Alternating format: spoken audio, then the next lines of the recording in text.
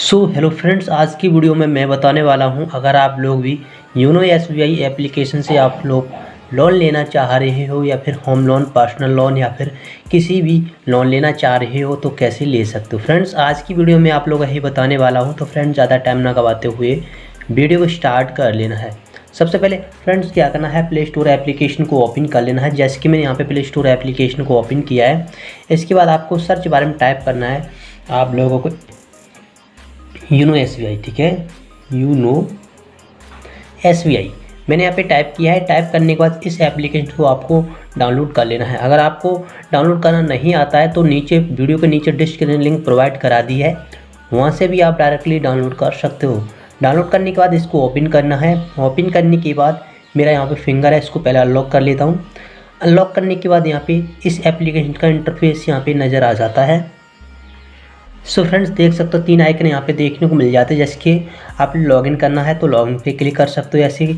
और इसके बाद यहाँ पे देखना व्यू बैलेंस, अगर आपको बैलेंस की इंक्वायरी करना तो आपको व्यू बैलेंस पे क्लिक कर सकते हो, या फिर क्विक पे, अगर आपको किसी को पैसे ट्रांसफ़र करना है तो आपको क्विक पे पे क्लिक कर सकते हो, ठीक है। फिलहाल मैं इसको पहले लॉगिन कर लेता हूँ, ठीक है। मैं यहाँ पे लॉगिन कर लेता हूँ। लॉगिन पे क्लिक किया। लॉगिन पे क्लिक करने के बाद अपना जो एम पिन होता है वो यहाँ पे डाल देना, एंटर एम पिन, ठीक है। अगर आपको एम पिन डाल के आपको लॉगिन कर लेना। चलिए अपना आप एम पिन डाल देते हैं। मैं कभी कभी फ्रेंड्स यहाँ पे एंटर एम पिन नहीं आता है तो आपको यूज़र आईडी पे क्लिक कर लेना है। इसके बाद यूज़र नेम, उसके बाद पासवर्ड यहाँ पे डाल देना। जैसे कि मैंने यहाँ पे इस प्रकार यूज़र नेम पासवर्ड डाल देते हैं, ठीक है। चलिए हम डाल देते हैं। मैंने यूज़र नेम पासवर्ड डाल देते हैं। फ्रेंड, जैसे कि मैंने यहाँ पे यूज़र नेम, इसके बाद पासवर्ड यहाँ पे डाल दिया। पासवर्ड डाल लेने के बाद आपको लॉगिन कर लेना है। जैसे कि मैंने यहाँ पे लॉगिन किया है। लॉगिन करने के बाद यहाँ पे आता है कुछ इस तरीका का इंटरफेस, ठीक है।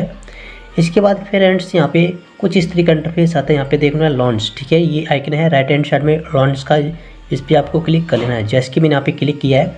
क्लिक करने के बाद यहाँ पे आता है कई इंटरफेस आ जाते हैं, ठीक है। तो फ्रेंड्स क्या करना है, आप लोगों को यहाँ पे अगर लोन का आइकन यहाँ पे कभी आप ढूंढते हो तो यहाँ पे नहीं मिलता है, यहाँ पे कुछ इस तरीके की यहाँ पे इंक्वायरी आती रहती है। तो फ्रेंड्स परेशान नहीं होना है आप लोगों को, ठीक है। तो यहाँ पे परेशान नहीं होना है आप लोगों को। राइट पहले बैक कर लेना है यहाँ से, और इसके बाद 3 लाइन से लेफ्ट हैंड साइड में देखने मिलती है, इस पर आपको क्लिक कर लेना है। इसके बाद यहाँ पे लॉन्च का आइकन मिलता है, इस पर आपको क्लिक कर लेना है इस प्रकार। जिसके बाद यहाँ पे आता है कई इंटरफेस। इसके बाद आपको जिस कैटेगरी का लोन लेना है आपको यहाँ पे क्लिक कर लेना है। जैसे कि यहाँ पे देखना है, यहाँ पे home loan, car loan, personal loan, इसके बाद कई सारे यहाँ पे लोन आ जाते हैं, जैसे गोल्डन लोन, एजुकेशन लोन, ठीक है। तो यहाँ से मैं पर्सनल लोन लेना चाह रही हूँ तो पर्सनल लोन पे क्लिक कर लेता हूँ। इसके बाद यहाँ पे आता है कुछ इस तरीके का इंटरफेस है ना। इसके बाद यहाँ पे देखने मिलता है कुछ इस तरीके का इंटरफेस है। इसके बाद यहाँ पे देखने मिल रहा है, यहाँ से अप्लाई नाउ कर सकते हो। यहाँ पे देखना real time expression card loan, तो ये इंटरेस्ट बात होती है यहाँ पे। तो आपको यहाँ पे ध्यान देने की बात यह है कि आपको नाउ मोर पे क्लिक करना। नाउ मोर पे क्लिक करोगे तो कुछ इस तरीके का इंटरफेस आता है नज़र। यहाँ पे देखने मिलता है इसके फ्यूचर, ठीक है। पे आपको रिव्यू करके दिखाएंगे, पहले फ्यूचर इसके देख लेना है। इसके बाद एजुअलिटी देखना है। इसके बाद डॉक्यूमेंट क्या क्या लगते हैं वो देखना है। इसके बाद एजुअलिटी देखना है कि आप लोग एजुअल हो या नहीं, ठीक है। इसके बाद आपके पास यहाँ पे जो भी डॉक्यूमेंट होते हैं डॉक्यूमेंट पे क्लिक कर लेना, डॉक्यूमेंट क्या क्या डॉक्यूमेंट लगते हैं, ठीक है।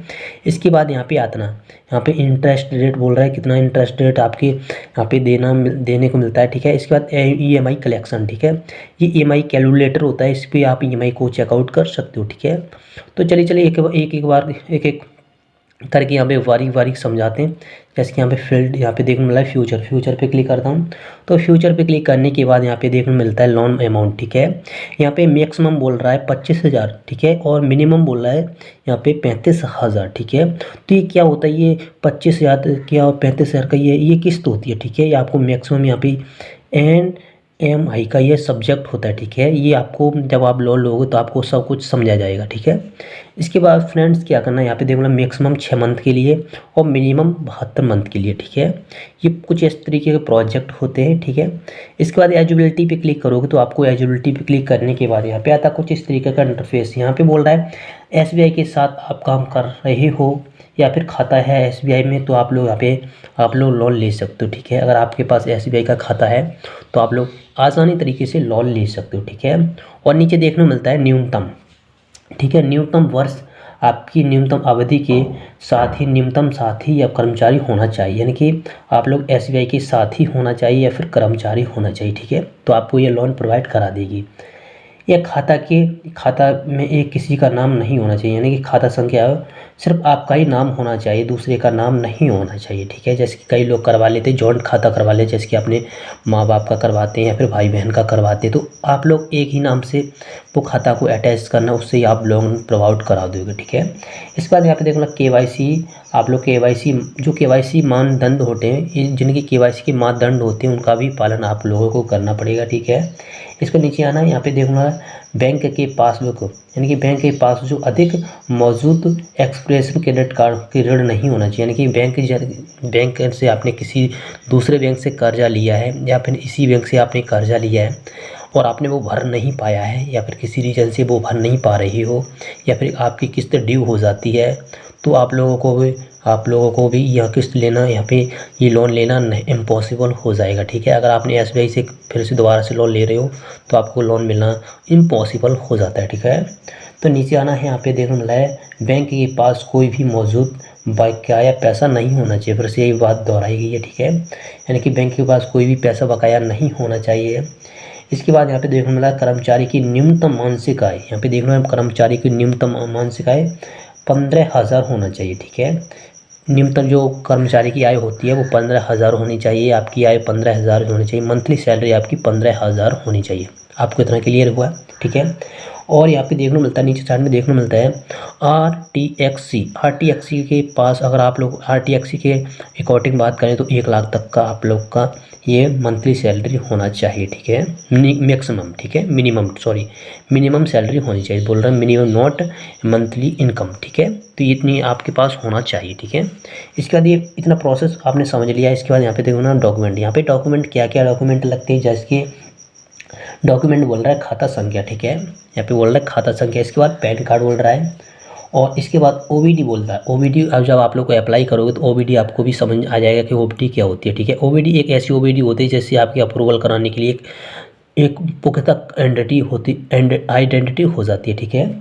इसके बाद यहाँ पे पासपोर्ट फ़ोटो, एक छोटा सा फ़ोटो, जो पासपोर्ट साइज फ़ोटो होता है वो होता है, जो अपने हिसाब से 2 लगते हैं या फिर 3 लगते हैं, ठीक है, वो अपने हिसाब से देख लेना है। इसके बाद ड्राइविंग लाइसेंस होता है, अगर आपके पास ड्राइविंग लाइसेंस नहीं है तो आधार कार्ड से ही काम चल जाएगा। अगर आधार कार्ड, पहचान पत्र और नरेगा जॉब कार्ड, ठीक है, ये और पैन कार्ड, ये आपको होना अनिवार्य होता है, ठीक है। तो इससे आप लोग, अगर आपके पास इतनी चीज़ है तो आप लोग अप्लाई कर सकते हो डॉक्यूमेंट, ठीक है। इसके बाद यहाँ पे देखना इंटरेस्ट एंड फ्रेज, ठीक है, इस पर क्लिक करने का यहाँ पे बोल रहा है 10.65% का ये लोन प्रोवाइड करा दिए, एलिजिबिलिटी बोल रही है, सॉरी 13 से 65% ये इंटरेस्ट रेट पे लोन प्रोवाइड कराती है, यानी कि आप लोगों को 10% से 13% का लोन ये अप्रूवल करा देती है, ठीक है। इसके बाद यहाँ पे जैसे कि आप लोग लेने जाते हो तो 10% का ये लोन लेगी, 10% आपके पास ये लोन ले लेगी, यानी कि 10% आपसे लेगी। उसके बाद जाके बाकी, जैसे कि हम आपको बताएं, जैसे कि आपने 100 रुपये लोन लिए हैं, इसके बाद 10 रुपये आपको इस SBI को देने पड़ेंगे और 90 रुपये आपके पास आ जाएंगे, ठीक है। ये 10% होता है, 13% जितना भी वो यहाँ से ले तो यहाँ से ले सकते हो, ठीक है।